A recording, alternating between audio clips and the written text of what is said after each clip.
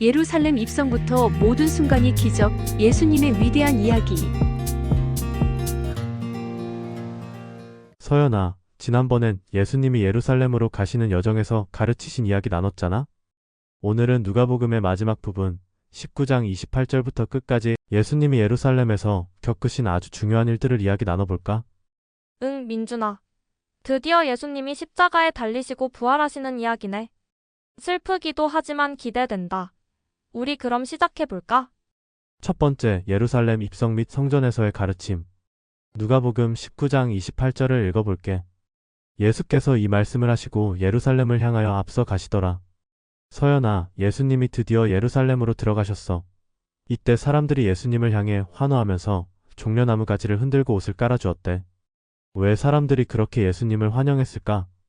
아마 사람들이 예수님이 다윗 왕처럼 이스라엘을 로마로부터 구해줄 왕이라고 생각했기 때문일 거야. 예수님이 수많은 기적을 보여주시고 병든 자를 고치셨으니까 사람들은 예수님께 엄청난 희망을 걸었을 거야. 맞아, 정말 그랬을 것 같아. 그런데 누가복음 20장 1절부터 2절을 봐봐. 하루는 예수께서 성전에서 백성을 가르치시며 복음을 전하실새 대제사장들과 서기관들이 장로들과 함께 가까이 와서 말하여 이르되 당신이 무슨 권위로 이런 일을 행하느냐, 또 누가 이 권위를 주었느냐. 서연아, 대제사장들이 예수님께 무슨 권위로 이런 일을 하느냐고 물었어. 예수님이 성전에서 가르치고 복음을 전하시는 걸 왜 싫어했을까? 대제사장들이나 서기관들은 예수님이 자기들의 권위를 위협한다고 생각했을 거야. 예수님은 자기들과 다르게 가난하고 낮은 사람들에게도 말씀을 전하고 자기들보다 훨씬 더 인기가 많으셨으니까 질투도 했을 것 같아. 그래서 예수님의 권위를 인정하지 않으려고 했던 거지. 그렇구나. 어른들도 때로는 자기 욕심 때문에 잘못된 판단을 하는구나. 그러면 예수님이 성전에서 장사하는 사람들을 쫓아내셨던 것도 성전이 하나님을 예배하는 곳인데 돈 버는 곳으로 변한 걸 보고 화가 나셔서 그러셨던 거겠지? 응, 예수님은 하나님이 우리에게 주신 귀한 장소를 함부로 사용하는 걸 싫어하신 거야. 성전은 기도하는 집인데 장사하는 곳으로 만들어서 예수님이 정화하셨지. 우리도 주일날 교회 가서 장난치면 안 되겠네. 두 번째, 유월절 최후의 만찬과 체포. 누가복음 22장 19-20절을 읽어볼게. 또 떡을 가져 감사기도 하시고 떼어 그들에게 주시며 이르시되 이것은 너희를 위하여 주는 내 몸이라 너희가 이를 행하여 나를 기념하라 하시고 저녁 먹은 후에 잔도 그와 같이 하여 이르시되 이 잔은 내 피로 세우는 새 언약이니 곧 너희를 위하여 붓는 것이라. 민준아, 예수님이 제자들과 마지막 만찬을 하시면서 떡과 포도주를 나눠주셨어. 떡은 예수님의 몸, 포도주는 예수님의 피라고 하셨는데 이게 무슨 의미일까? 그건 예수님이 우리 죄를 용서하시려고 대신 십자가에서 죽으실 걸 미리 알려주신 것 같아.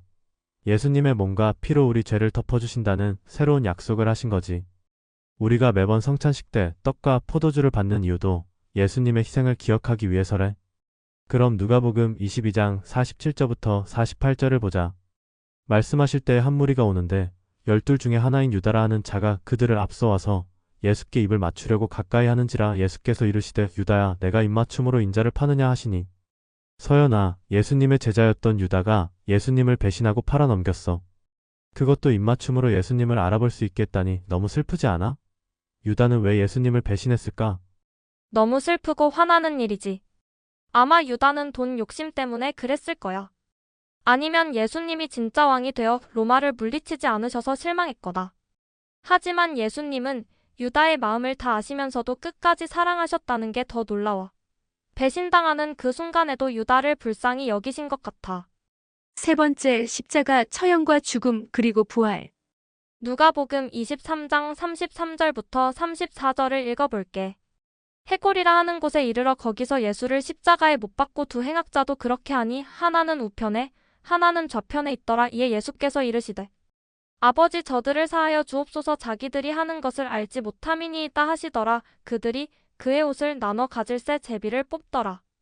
민준아, 예수님이 십자가에 못 박히실 때 아버지 저들을 사하여 주옵소서 자기들이 하는 것을 알지 못함이니이다 라고 말씀하셨어. 엄청 고통스러우셨을 텐데 어떻게 그런 말씀을 하실 수 있었을까? 예수님의 엄청난 사랑과 용서를 보여주는 말씀인 것 같아. 자기를 죽이는 사람들을 향해서도 미워하지 않고 용서해달라고 기도하신 거지. 그만큼 예수님이 우리의 죄를 얼마나 사랑으로 덮어주시려고 했는지 알 수 있어. 정말 대단하신 분이야. 그럼 누가복음 24장 1절부터 3절을 보자. 안식 후 첫날 새벽에 이 여자들이 그 준비한 향품을 가지고 무덤에 가서 돌이 무덤에서 굴려 옮겨진 것을 보고 들어가니 주 예수의 시체가 보이지 아니하더라. 서연아, 예수님이 돌아가신 지 사흘 만에 여자들이 무덤에 갔는데 예수님 시체가 사라졌어. 이건 무슨 뜻일까? 와, 이건 바로 예수님이 다시 살아나셨다는 뜻이잖아. 예수님이 죽음의 힘을 이기시고 다시 살아나신 거야.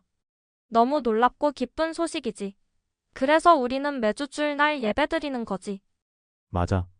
예수님이 살아나지 않으셨다면 우리가 믿는 것도 소용없을 텐데. 누가복음 24장 44절부터 45절도 봐봐. 또 이르시되 내가 너희와 함께 있을 때 너희에게 말한 바 곧 모세의 율법과 선지자의 글과 시편의 나를 가리켜 기록된 모든 것이 이루어져야 하리라 한 말이 이것이라 하시고 이에 그들의 마음을 열어 성경을 깨닫게 하시고. 서연아, 예수님이 제자들에게 성경이 예수님에 대해 기록된 것이라고 깨닫게 해주셨어. 이게 무슨 의미일까? 옛날부터 쓰여있던 모든 성경 말씀들이 사실은 예수님이 누구이신지 무엇을 하실지 미리 알려준 말씀이었다는 뜻 같아. 제자들이 그걸 몰랐는데 예수님이 직접 알려주시니까 비로소 하고 깨달은 거지. 성경 말씀이 정말 신기하고 깊은 의미가 있는 것 같아. 네 번째 승천. 누가복음 24장 50절부터 51절을 읽어볼게.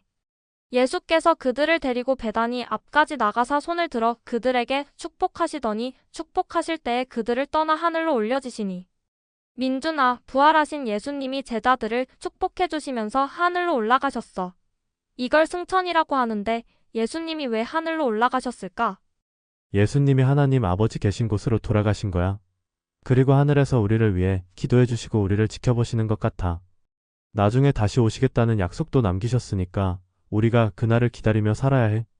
마지막으로 누가복음 24장 52절부터 53절을 읽어볼게.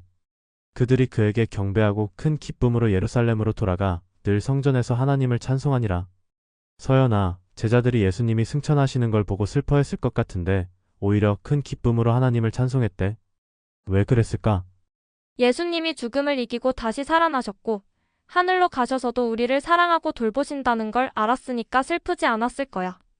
오히려 예수님을 믿으면 우리도 영원한 생명을 얻을 수 있다는 확신과 기쁨이 가득해서 그랬을 것 같아. 서연아, 누가복음 마지막 부분은 정말 예수님의 엄청난 사랑과 능력을 보여주는 이야기였던 것 같아. 예수님이 예루살렘에 오셔서 겪으신 고난과 십자가에서의 죽음은 정말 슬펐지만 우리 죄를 용서하시기 위한 것이었다는 걸 알게 됐어. 맞아. 그리고 예수님이 죽음에서 다시 살아나신 부활 사건은 정말 놀라워. 예수님은 죽음보다 강하시다는 걸 우리에게 보여주신 거잖아. 그래서 우리가 예수님을 믿으면 우리도 영원히 살 수 있다는 희망을 얻게 돼. 그리고 부활하신 예수님이 하늘로 올라가신 승천까지.